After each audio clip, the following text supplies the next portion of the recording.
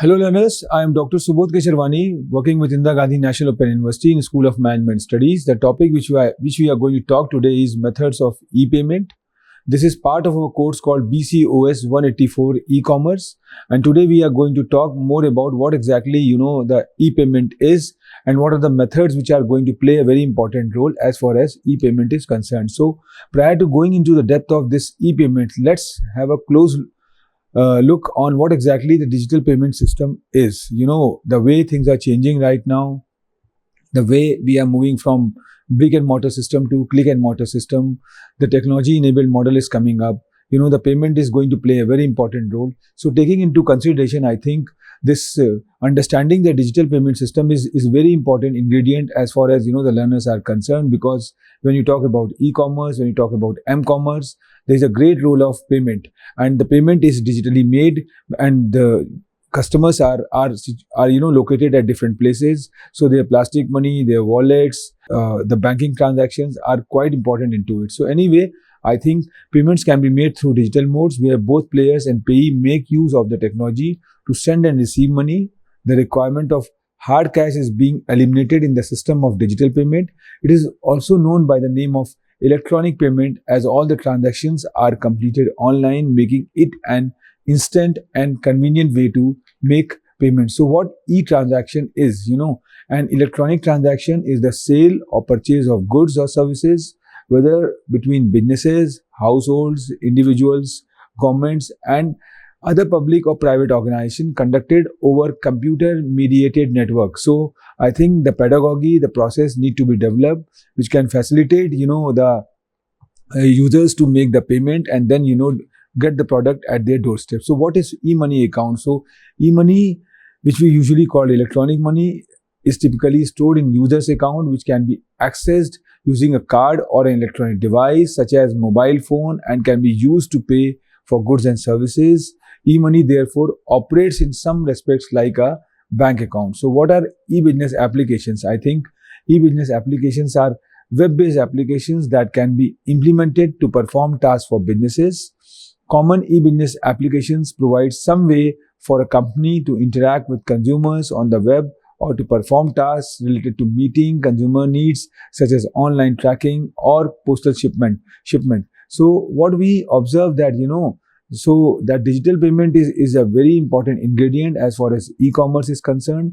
And if we talk in simple words, a digital payment occurs when goods or services are purchased through the use of various electronic mediums. There is no use of cash or checks in this type of payment, and the payment is digitally transferred directly from the bank account. So a lot of the pedagogy which is developed, and when we go and more talk about the modes of electronic payment or the methods of electronic payment, we will see how important it is and how much worthwhile it is. So in a cashless economy, all transactions are carried out using different types of payment methods, and this does not involve the physical use of money for the purchase of various goods and services. So what is e-cash and its advantages? That is very important. E-cash or network money, online equivalent of a stored value card.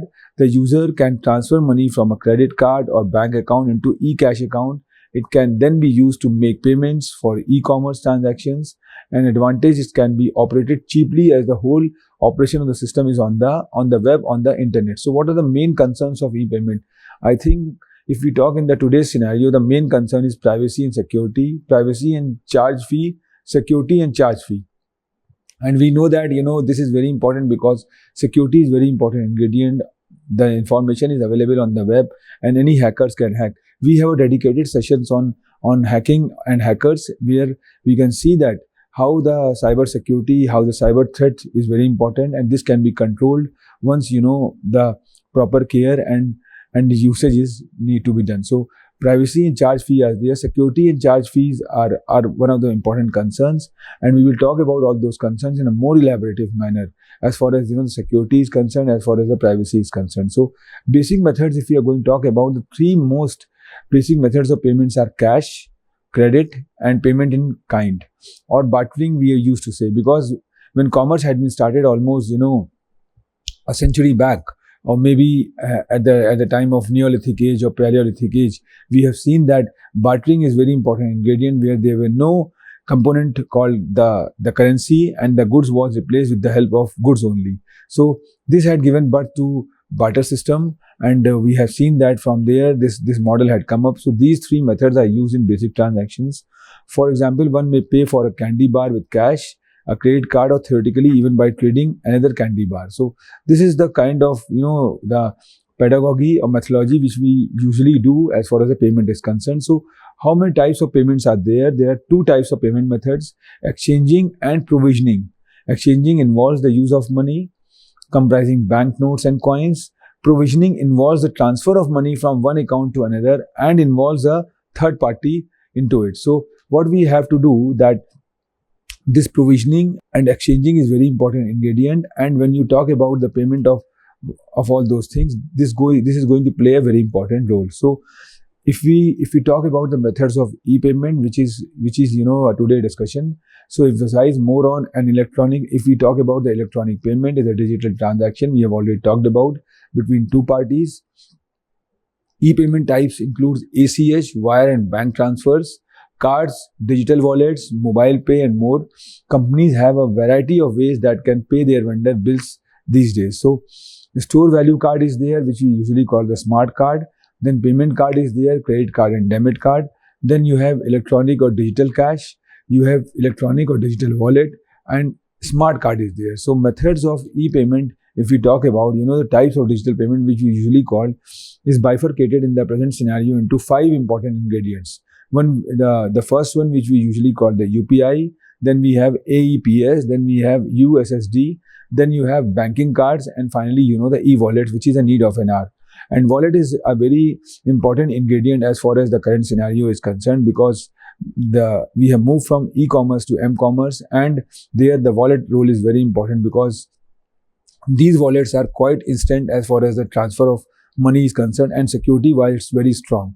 So if you talk about the present scenario, we have huge number of wallets. It could be the Amazon Pay, it could be Google Pay, it could be SDFC wallet, which we usually call PayZapp, and then you have from SBI, and lot of pockets from ICICI. So what exactly we mean to say that this wallet is very important ingredient, and it's quite secure and quite useful as far as the transfer of payment is concerned. So we will gradually talk about all these wallets in a more strategic manner, in a more elaborative manner, with the help of certain examples. So first one, if you talk about the UPI apps, these methods make use of mobile apps to make and receive payments. The funds can be transferred between two accounts by the use of UPI apps. Firstly, one has to register for mobile banking with his or her bank to make use of the UPI apps. The limitation is that only an Android user can take advantage of this facility, as the service can only be done on Android phones. Lack of a good internet connection further adds difficulty to the situation. So, and if you talk about AEPS, the term AEPS stands for Aadhaar Enabled Payment Services. I think there's no way to elaborately talk about the Aadhaar. Aadhaar is an initiative by Government of India which provide a dedicated number, and with the help of that number, the payment is going to be governed. So the payment is made under the system by making use of Aadhaar number. This results in the bank-to-bank transaction under which the payment is deducted from the payer's account and is credited to the payee account. So if you talk about USSD, it is a mobile banking based digital payment mode, but you do not need to have an Android based smartphone or internet connection to use USSD. So if we talk more about USSD, it stands for Unstructured Supplementary Service Data Banking. This service can be used for various financials and non-financial operations such as checking balance, sending money, changing MPIN, and getting MMID. So banking cards, I think this includes credit card and debit cards and other plastic money which are usually presenting in the present scenario. So now prepaid cards and RuPay debit cards are also joining the trend, and although cards are the most convenient methods of digital payment, it charges 0.75 to 0% on transactions. So if you talk about the payment card, I think the first one which is very omnipresent is called the credit card. Credit cards are very commonly used as a tool for electronic payment. It is a thin plastic card that can be used to buy items, meet food or restaurant bill, booking of airline tickets, Any credit card allows the users to pay later for the items one has bought or the services availed. Hence, the name credit card is given. The process of payment is known as charging. Charging means that one user had paid for the items, his or her credit card, by promising to pay when the user had signed the credit card receipt. Credit card are normally used from bank or any authorized authority. So if you see, I think the omnipresent is the platform which is going to develop by the Visa or by the MasterCard, or if you talk in an Indian perspective, I think RuPay is something which is recently created. So these kind of platform which are there, which can provide the technology to the banks to use the credit card. So security issue, if you talk about, I think taking care of one's credit card receipt, the credit card should not be out of one's sights. Losing a credit card, keeping two different credit cards in different places while traveling, security issues while shopping online, taking care of old previously used credit cards. So if you talk about the debit card also known as bank card, plastic card or check card, is a plastic payment card that can be used instead of cash when making purchases. It is similar to a credit card, but like a credit card, the money comes directly from the user's bank account when performing a transaction. So for debit card, you have to have a money in your bank account, and until then only, the money is going to be debited from the account. Whereas if you talk about the credit card, you don't have a money, but you get the credit from the bank. So thing is that without having the money in your bank, you can do the shopping through the credit card. Whereas as far as the debit card is concerned, you require a money in your bank account. So payments using a debit card are immediately transferred from the cardholder designated bank account only if sufficient balance is available. If not, the transaction will be failed. Debit card usually allow for instant withdrawal of cash, acting as an ATM card for withdrawing cash. So security issue, if you talk about, as far as the debit card or credit card is concerned, I think the PIN number is very important, which is there. CVV number is again quite important because CVV number is the last three digit, which could be available at the back of the debit card or credit card.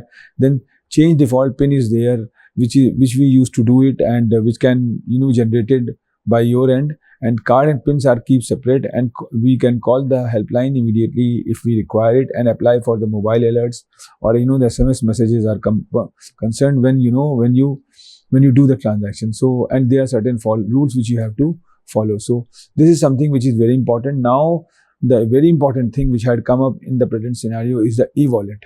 E-wallet are the easier and faster way to make payments, but as in the case of UPI payment, there is need for Android-based smartphones and stable internet connections for making or receiving payment through e-wallet. On the whole, the rise of fintech companies has led to the increased use of digital payment methods in India. Some of the commonly used e-wallets are Paytm, Freecharge, State Bank, where I have talked about the Amazon Pay, the Google Pay, all these the e-commerce portal, or RuPay. So these are the the wallets which are very omnipresent in the present scenario and provide flexibility, provide the users to do the e-commerce and do the shopping, or as well as do the other things. So if you talk about digital wallet, I think electronic digital wallet, electronic wallet or e-wallet defined as an encrypted medium for storage or holding credit card and other confidential financial information that can be used to complete electronic transaction without re-entering the stored data at the time of transaction itself. Access to e-wallet requires password or keys, and there are a lot of the wallets which are there, and these wallets are quite useful in the present scenario. So if you see how the pedagogy is going to be done, we see that the credit card or the debit card is saved on the wallets, and from that wallet by putting the CVV number or the OTP, we can do the transaction. So this is one of the way by which the digital wallet used to govern. And if you talk about the functions of digital wallet, managing of one's payment and accounts, getting of offers from traders one knows and can depend upon, storage of digital receipts and warranty informations, getting of alerts about one's account and one's spending. And if you talk about the security issues associated with digital wallets, I think providing protections through password as well as providing physical protection to the devices which are to be used to access the payment options such as PC, mobile phones, laptops, tablets. Only the owner can access sensitive information such as including username, password, PIN, and answer to security options. So if you talk about the advantage of using digital wallets, it's good in numbers because it's going to save the time. And many times when you go for online shopping, for mobile recharge, you even would not have time to enter your credit card details. So wallet is very prompt, very fast, which can do the transaction in a very faster mode because all the details or the testimonials related to credit card or debit card is on the wallet, and these wallets can transfer the money in a very faster mode. So security, tracking the expenditure, attracted discounts. If you are using digital wallet of any online wallet provider, you may find some discounts. So there are certain disadvantages, that is very true, like international restrictions are there. Every country has different services, and so the different digital wallets are there. So limited merchants are there, dependence on the devices, and danger of losing your money. That is very important thing because wallet. So the good part is that you can with the help of applications, with the help of certain app, you can put the capping on the transaction. So that is some way by which the wallets can be the fraud related to wallets can be regulated. So if you talk about the digital cash refers to a format of electronic data that is similar in functions like that of traditional paper cash. Digital cash can be stored, transferred, paid, and verified electronically through the use of a different digital device such as computers, mobile phone, etc. And what we observe that if you talk in the present scenario, the Bitcoin or the cryptocurrency, or the virtual currency which is going to be created by some of the social networking sites like Facebook is coming up with their own virtual currency called Libra. So the intention is very clear. That time had come where the virtual currency is going to come up, and these virtual currencies, which we usually call the Bitcoin, and are used with the help of this blockchain technology. So blockchain is a new technology which is regulating these virtual currencies, and this virtual currency is going to be useful with the help of that. So there are certain points which we have to remember, like traditional paper or cash. The model of digital cash also involves three parties, that is customer, trader, and bank. So the digital cash cannot be manipulated and refused by user illegally. Digital cash ensures privacy or untraceability. The digital cash can be transferred between different customers without involvement of the bank before finally deposited into the customer's bank account. Trader can verify the validity of e-cash without involvement of the bank. Without the bank interference, a user can subdivide an amount of e-cash in a given amount into smaller subdivisions of e-cash. The security of e-cash does not depend on any physical or geographical locations or special devices. So if you see this particular image, you will find out the bank is in a different mode and then you have issue of digital cash. Person A is there, then you have digital cash, and then person B is there, and then you ask for the payment. So this is the pedagogy where you find out the interrelation is there, the linkage between the bank and vis-a-vis the person A and person B is there, and how the digital cash is moving from one place to one another, and then they are asking for the payment. So what I mean to say, this is the way of by which digital cash or the virtual currency is there. Then you have got another way of doing the thing which we usually call the smart card. A stored value card is a payment card with a monetary value stored on the card itself, not in an external account maintained by financial institutions. Stored value cards differ from debit cards where money is on deposits with the issuer, and credit cards which are subject to credit limits set by the issuer. Another difference between stored value cards and debit and credit card is that debit and credit cards are usually issued in the name of individual account holder, while stored value cards may be anonymous, as in the case of gift cards. Stored value cards are prepaid money cards and may be disposed when the value is used on the card value, may be topped up, as in the case of telephone calling cards, or when used as a fare card. So like Amazon gift card, or the metro ticket cards, or the market which we usually call the big bazaar, or other, they also give the cards. So these cards are two types: closed loop stored value card and open loop stored value card. So if you see the digital payment system advantages in an Indian scenario, there are various advantages being offered by the digital payment methods, which are gradually explained, like easy and convenient. All the hassles connected with the cash dealings are eliminated. In case of payment, by digital payment. Therefore, round trips to the ATMs are reduced. All you need to do is carry your mobile phones or cards. Send and receive money from anywhere. The flexibility provided by the digital payment method is wide. This helps in transaction anytime, anywhere. And if you talk about the tax discount, many tax discounts have been initiated by the government in order to promote the digital payment methods in India.